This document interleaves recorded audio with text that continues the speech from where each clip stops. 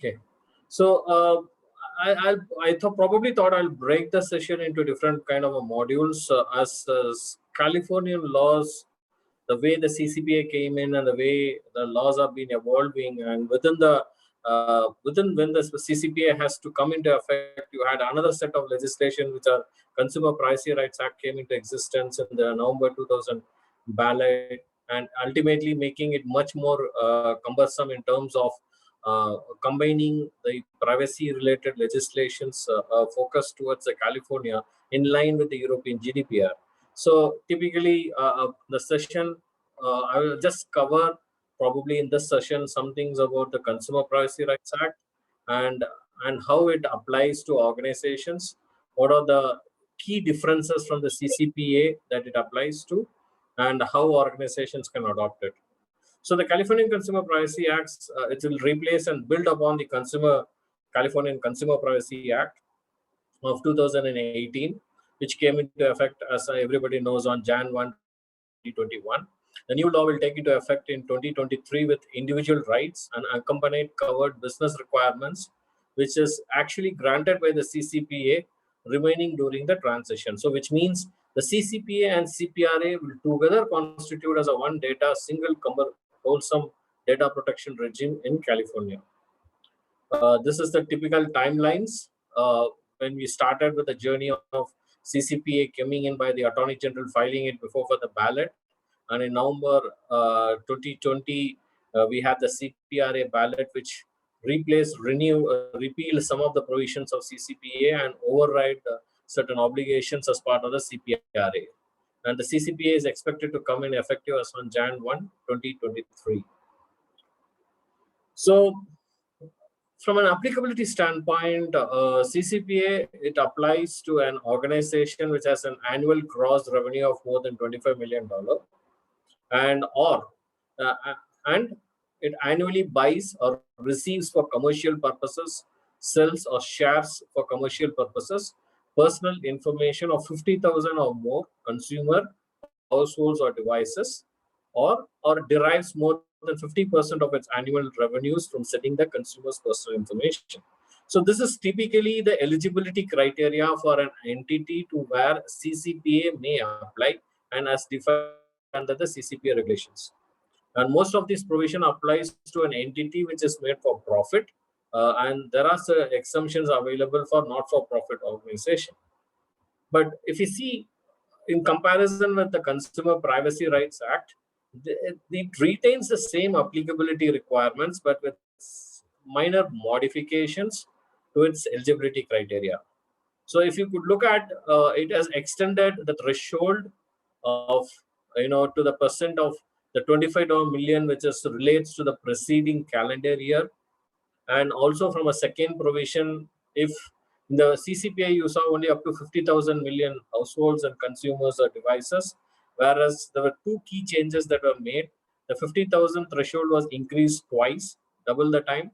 At the same time, it excluded devices from the definition. So which means if any entity which is annually buys or receives for commercial purposes, sells or shares for commercial purposes, a personal information of more than 100,000 or more consumers households, their particular entity will fall within the scope of CPRA. This means that in most cases, the small and medium-sized businesses which are performing or conducting its business will get exempted based on this particular criteria eligibility. The third coverage is on derives more than 50% of its annual revenue. So in the CCPA, you add only about selling of information, but in the CPRA, the word sharing was used, as a result of which was inserted, and that made the CPRA applicability much more threshold into a broader concept. So the two categories it also included was in terms of joint ventures or partnerships, which are comprised of businesses in which each business has a 40% interest, and a person who does business in California but not otherwise considered a business that voluntarily certifies to the new CPRA enforcement agency that it is compliance with So these two entity or two kind of businesses will also fall within the scope of CPRA. Let me take a pause here to understand if there are any specific questions in the audience.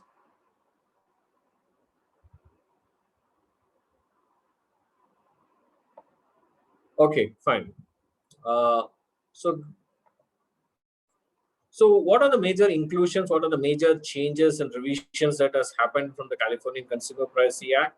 As you see, is the sensitive personal information is something, it's a new terminology which was included for the first time in a legislation, and it had a very clear and broader definition. We will see it much in detail. The CPRA also allowed for a new agency to be set up, similar to a data protection authority or in like an information commissioner's office, which will have functions performed as a supervisory authority. Also about extensions of liability in cases of any breaches, which is potentially arising out of a personal information security breaches. The CPRA also induced certain requirements in terms of conducting regular audits and risk assessments. So when we talk from an audits and risk assessments, it also talks about from a perspective where an organization at the time of collection of a data for a particular purpose is expected to conduct a kind of an impact assessment, which will identify the necessary privacy risk which may impact the data subject, and how organization can implement controls to prevent any kind of privacy risk exposure. It also, one of the inclusion is about automated decision making and profiling. We also will look at some of the new rights. There are several new rights in addition to what was already existing under the CCPA was found. It had certain specific inclusions that added as part of how an organization can collect and use children's data. It also extended the provision of data retention. And this is one particular provision which most of the organizations may find it challenging while complying with the organizational requirements. Similar to GDPR, there was also increment to require certain things from a service provider standability, that what is essential versus a processor, which is you see as Article 28. Similar provisions were extended for a service provider, but with much clarity into the role performed between a service provider, a contractor, and a third party. There were also about applicability of CPRA for employee-related data. So these are some of the major inclusions. And for the purpose of today's session, we will look at some of the heightened, some of these heightened provisions which are highlighted. So these particular provisions will be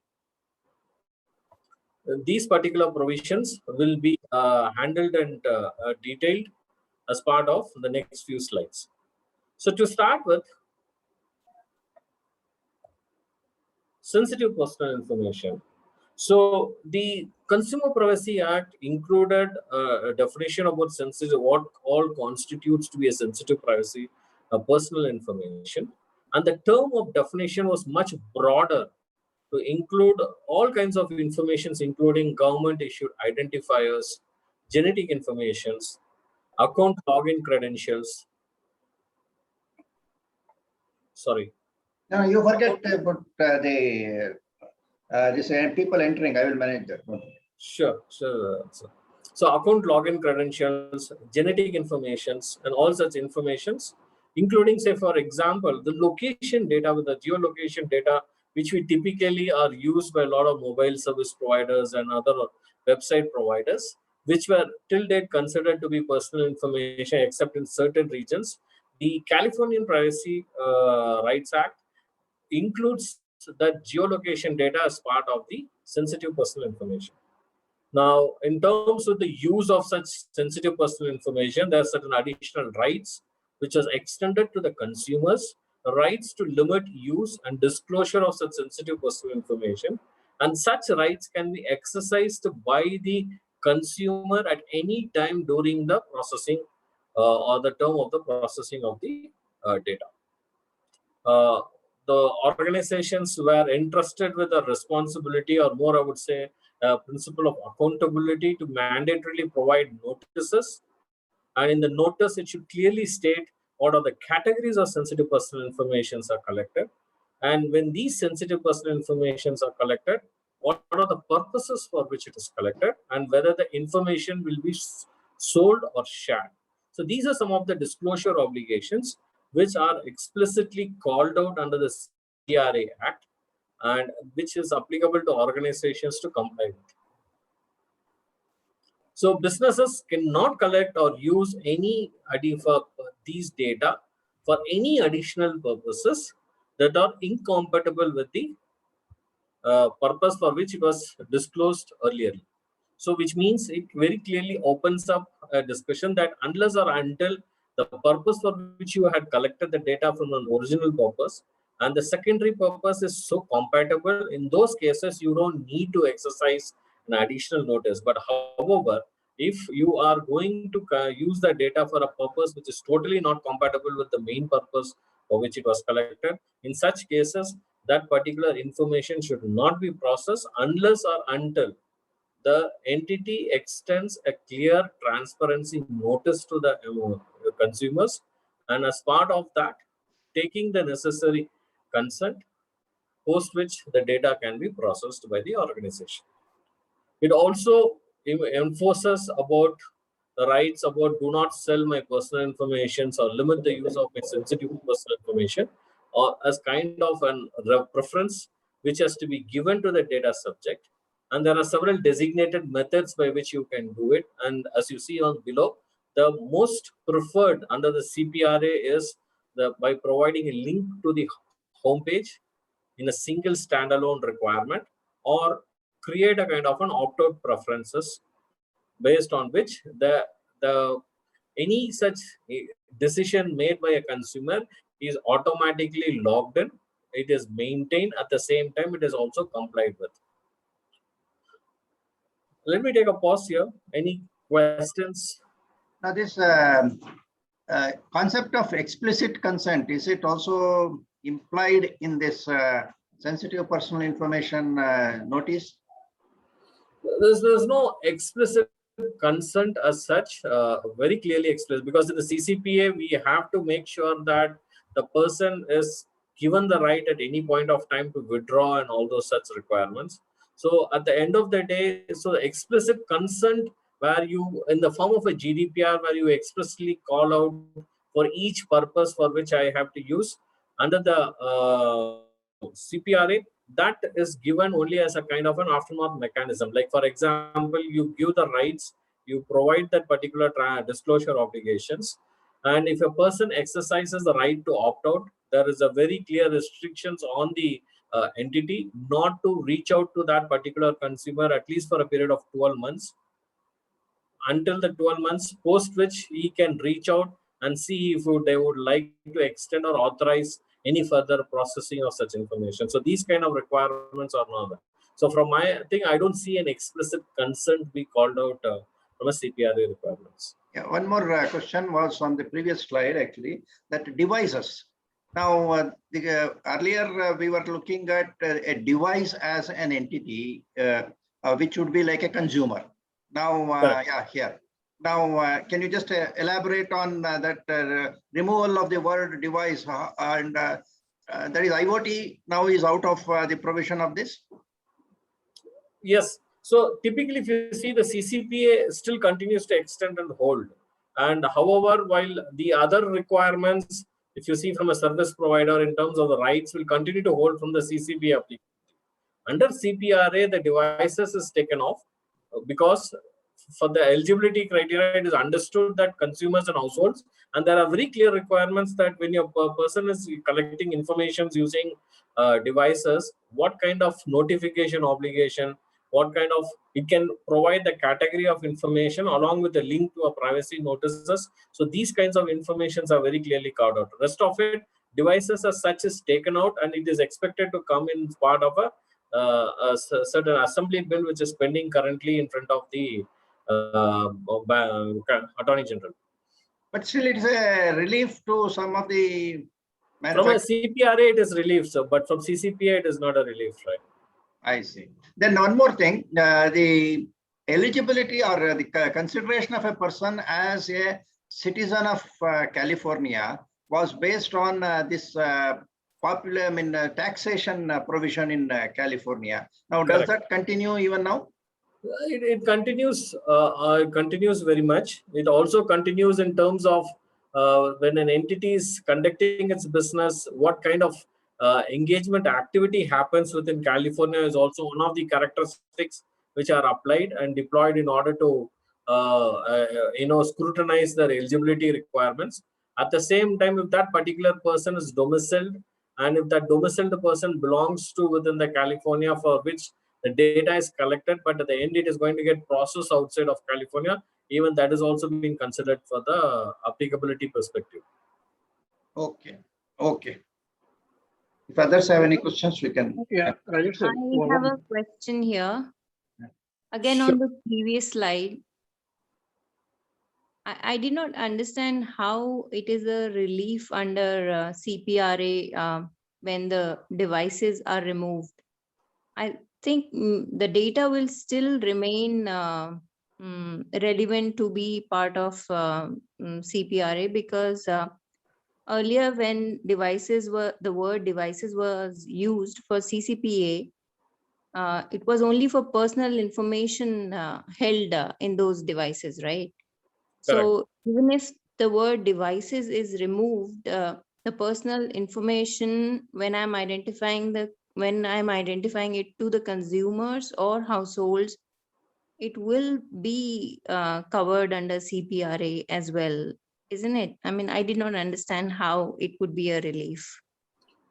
So we didn't mean to say that there's a total relief as such. So now it's only thing is the eligibility criteria for a CPRA for an entity just talks only from a consumer and a household standpoint.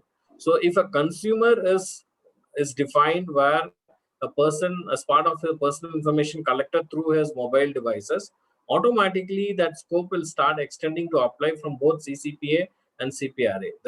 The bringing on additional perspective of devices, which as Navi sir sought was more in terms of IoT related kind of applications. Now that created CCPA created that particular confusion, which the CPRA removed those devices and kept it open in context with any other with the other notifications and regulations which are pending before the assembly. So this, actually speaking, this is clarified in terms of if your devices which you are using, which is your mobile devices, and you as a consumer having an app installed onto it, and any information used automatically comes as part of your both CCPA as well as from a CPRA.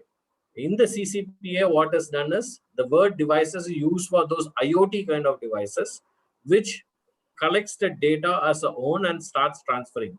So that is covered under CCPA. I hope you understood the difference. Devices not to be construed with what just we have in a mobile. The device is more towards IoT kind of devices. Yeah, now, these smart cars, or even let us say a washing machine or a refrigerator, which automatically sends information about what is to be bought or something like that. That kind of, and a smart electricity network. They are all the devices which will be automatically sending information from a location, at least. Okay. And the owner of the location is considered to be the person to whom that data relates to. So when an IoT sends such an information as a part of normal, say, consumer collection of information from a consumer, there was perhaps a feeling that it was too broad. There will be so many devices today in Alexa or something like that, and probably removing that word device will bring it more in tune with what we otherwise understand in terms of personal data collection. Even then, households is there. The households is still a collective entity. So there are in India, what we have been telling is that it is a community information kind of a thing. So in a household, there are 5 people, then it is personal data of all the 5 together as a household, which is basically the address. So that still remains, but at least removal of the word device, I think perhaps it adds a little more clarity. That is my feeling. Maybe in practice, people should see how what difference it makes. So the personally identifiable data which is transferred via devices, IoT devices here, Yeah. would still be covered under CPRA, right? No, it is actually the device data which goes, but the company which has sold the data has got a billing information about the person. Therefore, we can indirectly say that any information which goes, which is a technical information about, say, an AC which talks about the temperature, how many times it switches on and switches off, kind of a thing. But because the organization which receives back that information for the purpose of backend servicing or something like that, also in a separate division has the identifiable data. It is like a cookie which is linked to a identifiable member data. So company being in that situation, every IoT information becomes personal data, and it's exposed to all kinds of risks. So I think there was a little bit of overreach when the IoT devices were included there. That was my view. Maybe practitioners who have clients in California will perhaps be able to explain better whether this will be beneficial. Of course, we are talking of 2 years from now. And in fact, Rajesh, now this overlapping of CCPA and this new regulation, how is it likely to be handled? Even this data breach also, there is a separate data breach law perhaps. Now, have they made any attempt to make this the sole privacy law as against the earlier regime? So, but I would instead to directly to answer to that question, probably I can respond it in such a way. It is something like our ISO 27701, which is an independent standard on its own, but it can't stand on its own because it has to get connected with your ISO 27001. So the same way, CCPA has certain provisions. Now, there are certain aspects which are additional requirements which the Attorney General founded and which was brought from the consumer privacy, primarily on the rights and other things that got added with certain additional characteristics to it. So I don't see there is any kind of ambiguity. For example, if you see the breach related, the earlier breach from the CCPA only covered about any unauthorized access or misuse or any kind of disclosure with a lapse of security falling within the scope of CCPA. But when you look at CPRA, CPRA extended that not only with that, but also where an organization fails to implement appropriate security, and as a result of which, due to a non-compliance and breach occurred, that also was brought into the CPRA. So it's just that it both supplements each other. I don't think any the provisions doesn't overrule any of the requirements. This is my understanding based on what I have. Seriously speaking, Californian law is it's a very confusing one. But even though it has its own ways with different changes happening across in the past 2 to 3 years, they are able to maintain that kind of adequacy to see to that they don't overlap against each other. This is my thoughts based on my review and reference till date. Okay. Okay. If Shalini has got any more questions, she. Understood, sir. Thank you so much. Okay. As one more, someone. So no questions. Then probably I will take it. So we have already seen under the CCPA, the verifiable consumer request specifically in terms of where the consumer has a right to know what information is collected by means of exercising the right called right to access. At the same time, also have rights to know what information is shared or sold as part of the disclosure obligations. The CCPA was able to cover it. Now, in addition to these two rights, there are several other rights included. One of the primary thing is about the notice obligations. Now, when we talk from a notice obligation standpoint, notice should, if you see here, it's a very clear, unlike GDPR and other regulations where the notice is expected to be given at the time of collection or within a reasonable timeline, not exceeding more than 1 month of such a processing activity, the notice should be given. Whereas in In CPRA, it is very clear that the notices should be given at the time of collections, and these notices should very clear, explicitly call out what are the categories of specific informations involved, what are the categories and types of information, what is the information that will be sold, what will be the information that will be shared with the concerned businesses, and what kind of rights that are available to that particular data subject. And all these extent of information has to be clear and explicitly called out and provided to the data to the consumers. Wherever any new data is collected, additional notices are to be provided by the organization. This is one of the way where notice obligation should be complied under the CPRA. In addition to this, there's also one more requirement is that organizations are expected to have a privacy policy on the website, made available on the website. So this is something similar in requirements with the CCPA, and CPRA also extend this use of privacy policy. Now, while we do have the need of privacy policy on the website, it should also clearly state out all these kinds of informations, including the rights to opt out, rights in terms of any financial incentives that are applicable to consumers, and these informations, how the exercise of such rights using certain designated methods. So there are several designated methods by which a person can exercise most of these rights, and this should be clearly carved out and required as part of the notice. One, it can be through a toll-free number, or it could be through a designated email addresses, or through it can also be through a form which can be submitted in person at an entity location or to its branch offices where the data is being collected. It can also be through a form that can be submitted through an email. And recently, we have seen the recommendations to use some of the user-enabled global privacy controls, which can make sure that such communications of decisions in terms of opt-out made by the users are maintained, tracked, and complied as part of the CPRA requirement. So these are several designation methods.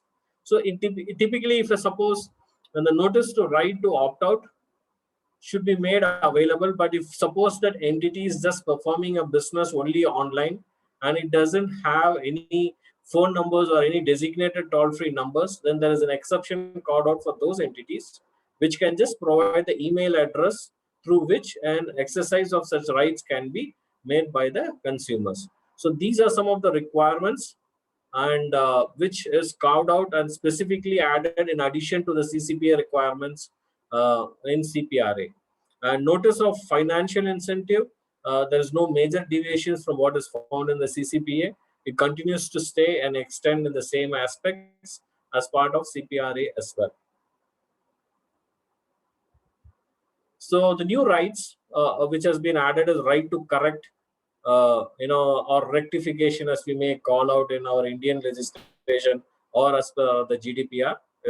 So here, the disclose to consumers of the right, so that is, your notice should actually provide that explicitly in writing that the right is available to the particular consumer, and the organization is expected bound to take commercially reasonable efforts to correct the inaccurate personal information.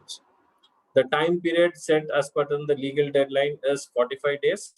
And within the 45 days, if there's a reasonable time, if there's a further extension of time is required, an additional time can be availed by the organization who can, in order to comply with this request.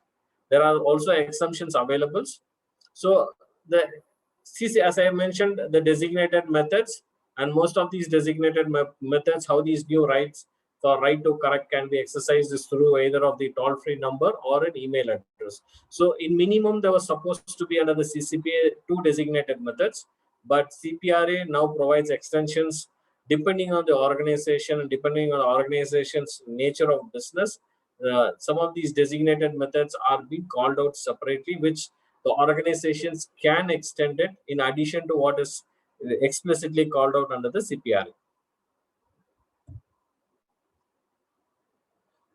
Additional rights, new rights, typically, and which is applicable now under the CPRA is a consumer has the right to know the length of time of data retention.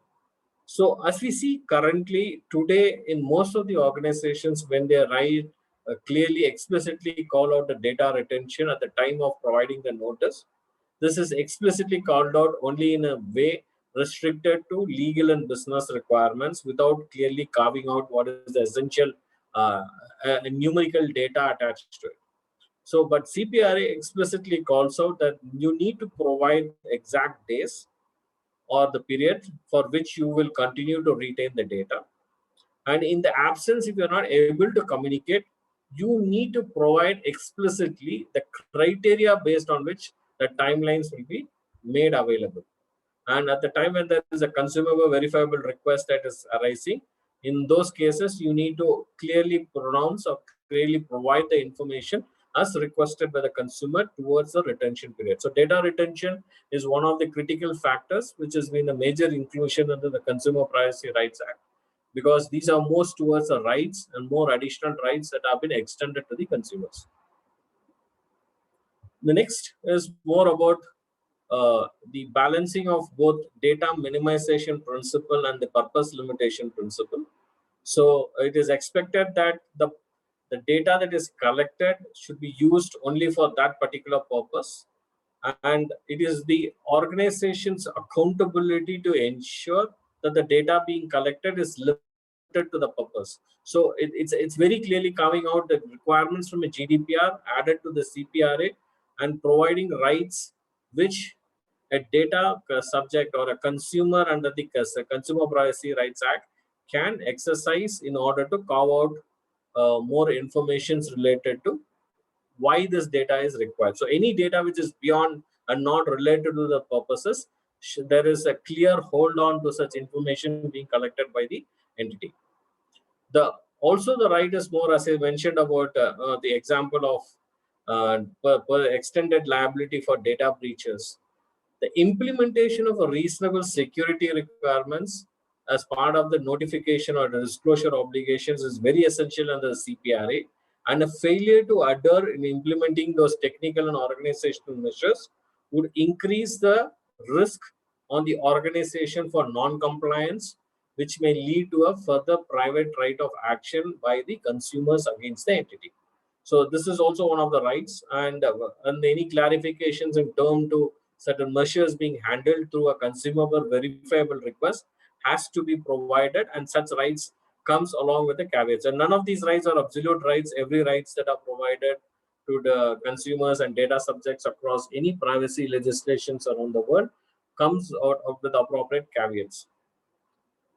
The next right we can talk about is more from a data portability, which is already included in the CPA, but the requirements of how to comply with the portability request, the ease of how the transferring of data, and the responsibility on the organizations to ensure that whatever the information is shared should be very clear in pieces of personal data attributes, along with a format which is totally understandable by the consumer as well.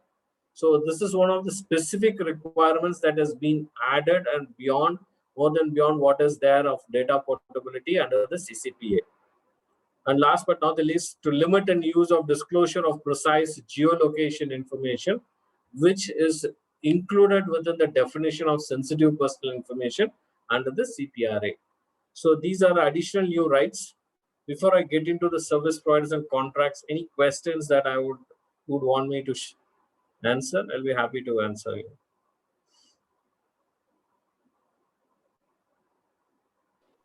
Rajesh, one question. Sir. I mean, what could be double counted as a right between CCPA and CPRA? And if when can a particular individual seek redressal under which act? Is that not going to be a little more confusing once this act was passed? I mean, what was the urgent requirement to pass another act within 3 years or 3.5 years of an already act being passed on? Was while I do understand that CCPA was more California resident focus, where this seems to be more business focus as long as the business operation is there. While that intent is understood, but is it not likely to create a lot of misunderstanding and confusion as to when, under what conditions should somebody seek redressal under which of these two acts? So from a rights, From a rights perspective, I see the way the CPRA is defined. CPRA encompasses all the rights which are already covered in the CCPA, and it extends with much more requirements, eligibility criteria, and certain characteristics that needs to be added in combination with certain elements to it. So I would feel that a person exercising the right, either to right to access or right to erasure under the Californian Consumer Privacy Act, from my perspective, I feel that the CPRA read with CCPA alone, most of the time CPRA will be the one of the legislation which will apply in most instances. So I don't see there is going to be any challenge in terms of specifically call out like the way how it has to happen in the GDPR. So you need to mention Article 15 of GDPR is sufficiently enough. Okay, even though you might see that say the Ireland country or any other local national country within the European Union would have implemented the same facets of the GDPR into the national law. So because of certain derogations applicable. So, but however, when you see request is almost raised through GDPR, right? So the same concept I see CPRA would be the primary legislation which will be taken up because it encompasses by extending more rights, which is more used, which can be more, you know, available to a data subject or a consumer at the first place. So I think that should be the legislation which will be primary perspective. So is it a right understanding? Is it a right understanding that who can seek redressal under which of these two acts? If one makes a comparative table, the set of people who can seek redressal under CCPA would only be residents, whereas the set of people who can seek redressal under CPRA is a much broader group. Because I didn't see any residency status kind of conditions under CPRA under any of the slides that you've shown so far, which is in CCPA it was there, right? No. The same term consumer is defined as per the same Title 18 requirement. It is it encapsulates the CCPA provision directly. So it applies to residents as and typically to those people whose data is collected and processed by an organization locally. So I think that is the way it applies. So anybody who falls within the definition of consumer under the consumer protection, either under the CCPA or CPRA, doesn't matter because it gets back to the Californian tax law requirement, how a consumer can be defined under that. So if that data belongs to that particular person, has all the legal right to exercise as part of from the rights available under the CPRA or CCPA. So if you can typically ask, I go there, I visit there, and probably as part of which I'm a tourist. For me, whether the CPRA or CCPA will apply, whereas in case of a GDPR, I would say answer is yes. But whereas in case of if I'm traveling and if I'm going there, I'm buying a SIM card or anything, in such case, CCPA may not apply. For me, CPRA will continue to apply. Exactly. That's yes. correct.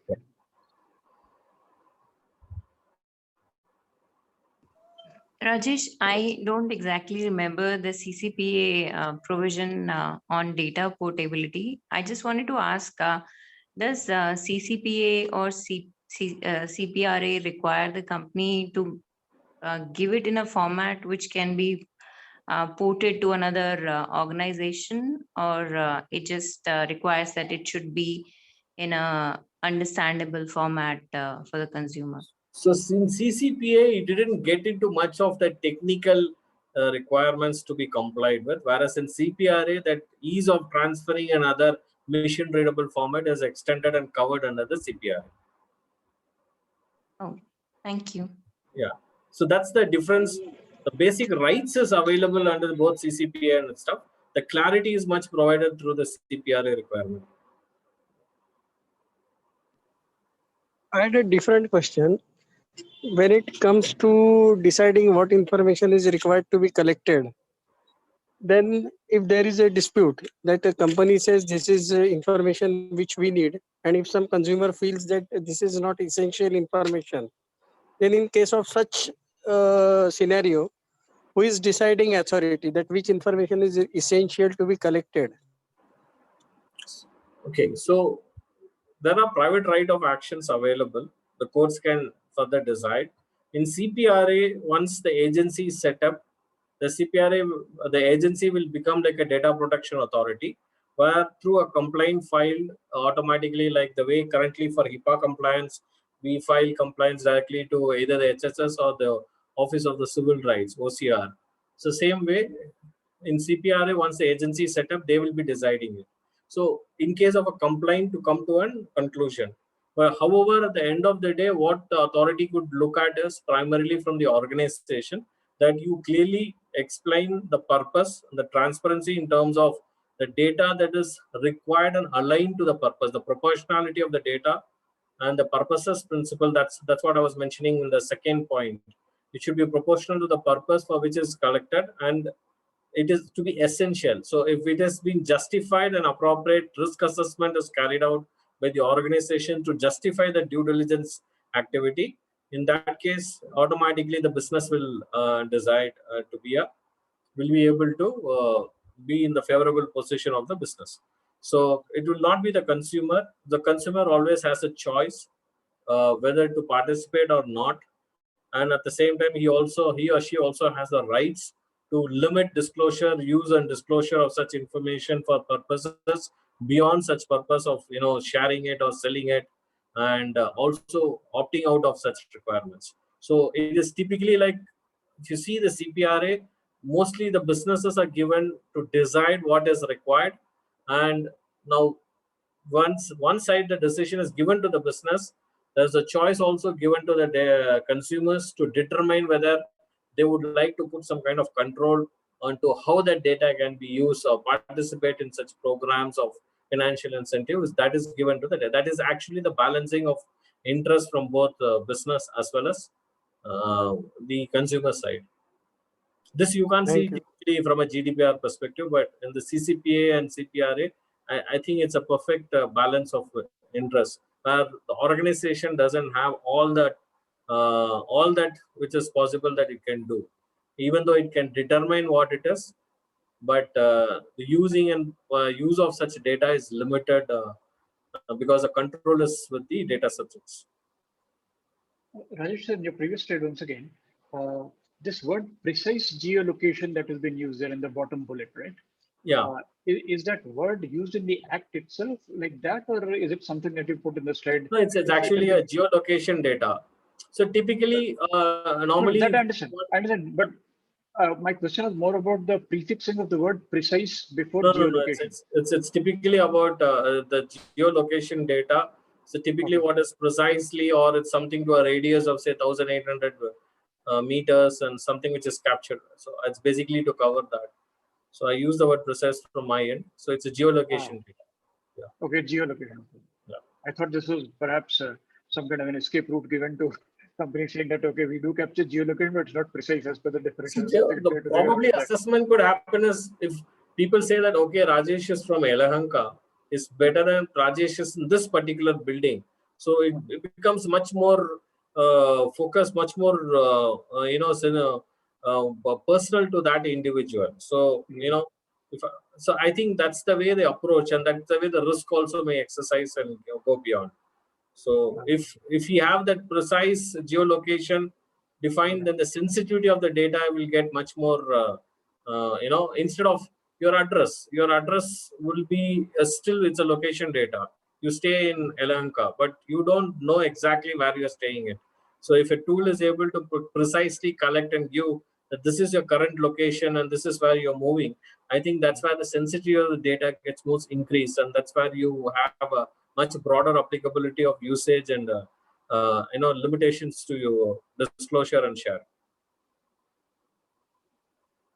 Okay. So you're saying the word precise is not used in the act itself. It is something that you used in the slide here. I don't know. It's something which I might have, but I found it in two places while I was doing a research.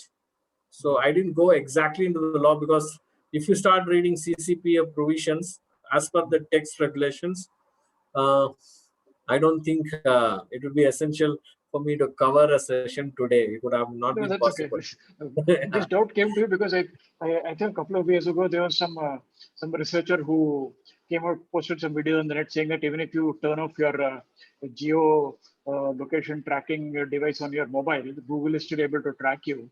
So perhaps the word precise geolocation, the word precise was prefixed just to wriggle out of that and say, Google could say tomorrow, I'm tracking geolocation, but I'm not tracking precise geolocation. Therefore, precise geolocation could be considered sensitive personal information, but approximate geolocation could perhaps not be considered sensitive personal information. Therefore, maybe an attempt to wriggle out of something of that clause. I can just clarify that, I can look at the text of the act and probably confirm. But yeah, I'm sorry for that. Yeah. Any other questions before we go on to the next one?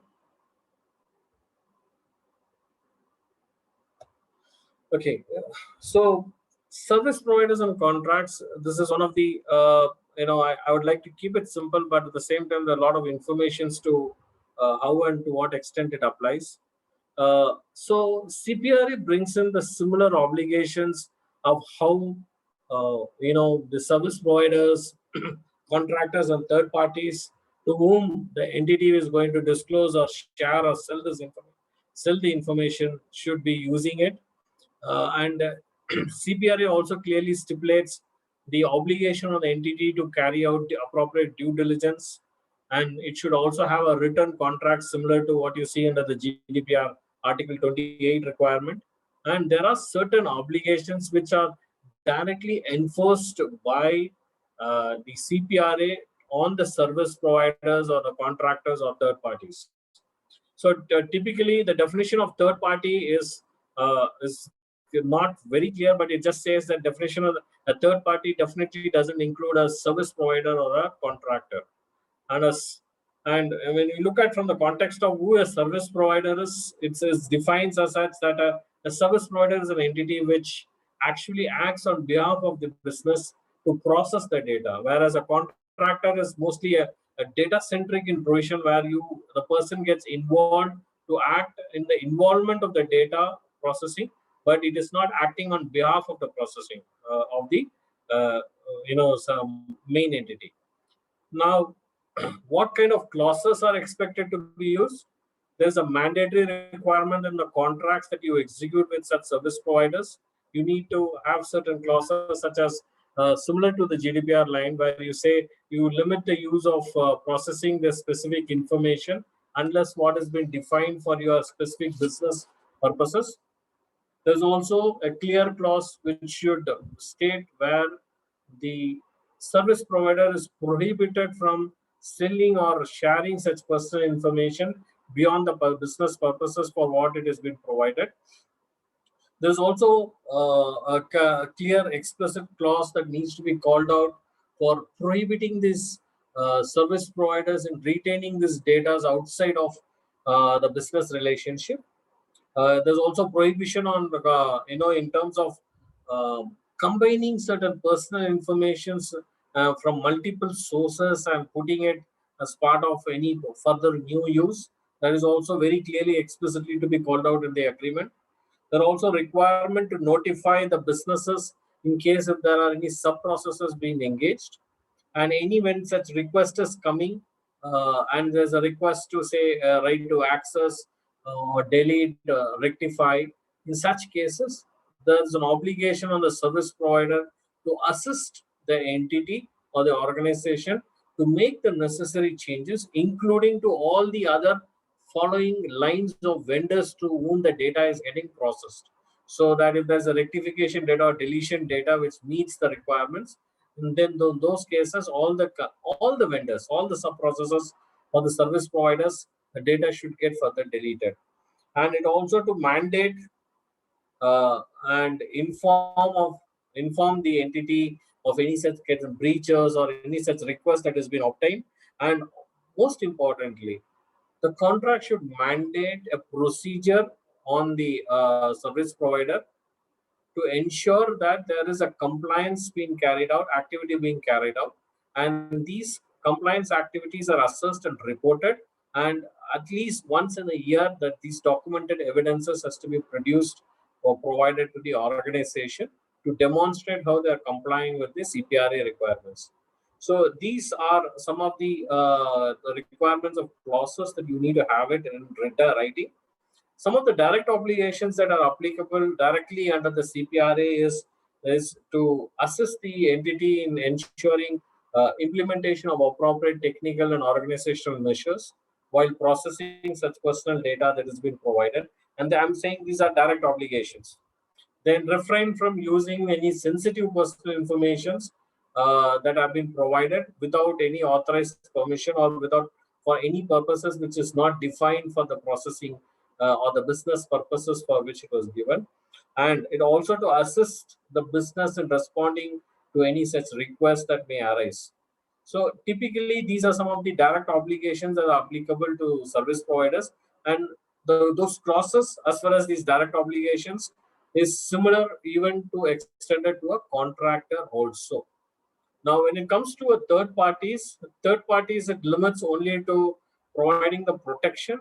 If third parties are typically neither service providers nor contractors, but it's something like an audit firms or any other parties who are acting and processing personal data for their own purpose.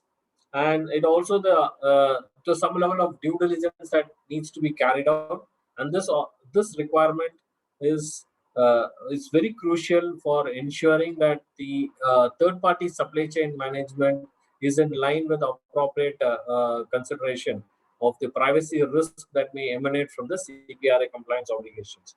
And it also to, in cases that there are any third party who can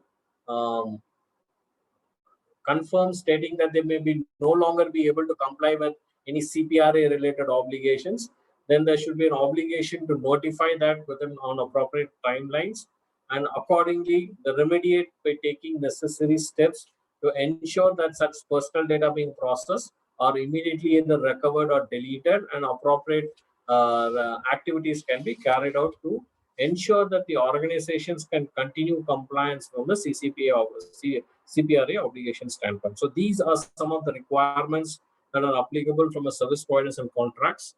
And this goes little beyond what is you can typically find in the GDPR understanding. Let me take a pause here. Any questions?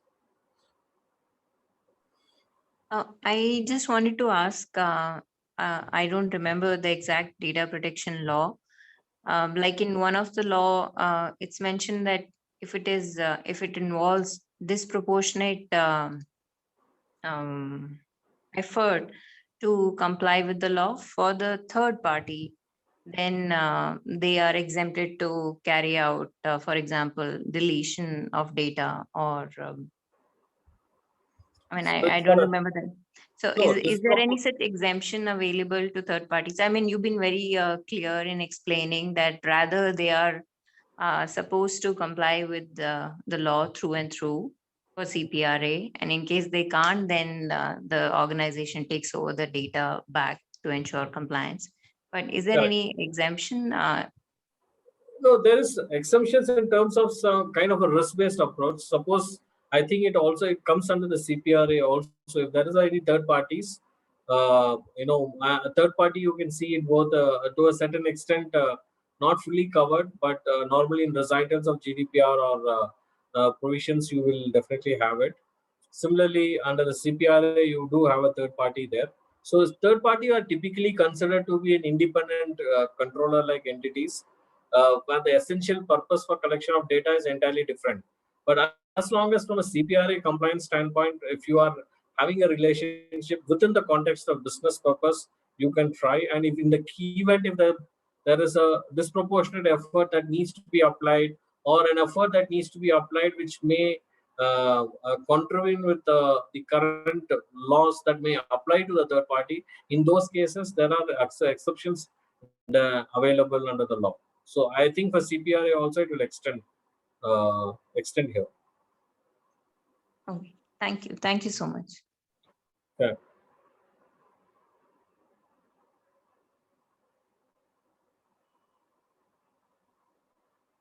Any other questions? Okay. Okay, so as I mentioned, answering to Navisa's question, it's the other aspect is on the personal information security breaches.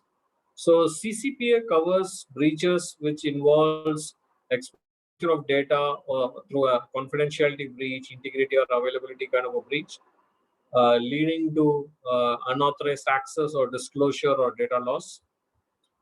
The CPRA broadens the scope to cover such private right of actions available to consumers where businesses fail to comply with the CPRA obligations, specifically in terms of lacking to implement reasonable security practices and procedures.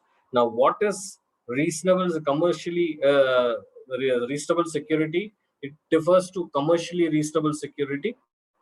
And however, this commercial reasonable security is not clearly defined under the CPRA.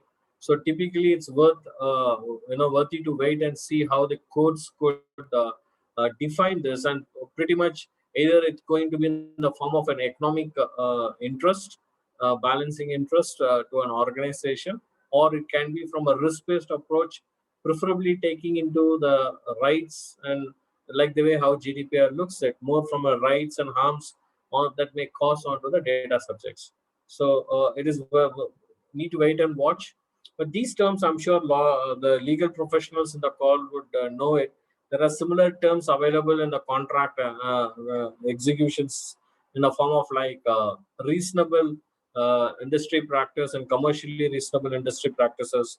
In UK, we have a concept of reasonable endeavor or best endeavor, where several court laws have been coming in to determine and clearly say to what extent is the liability that will be applicable to the parties. So from in the context of CPRA, it is worth to wait and watch and see how this particular terminology is leading to different jurisprudence, either in front of the authority or in front of the courts. So with that, I just end up with some of the important aspects from the CPRA. Happy to take any further questions or any points that I can review and probably come back and use that as part of our discussion groups.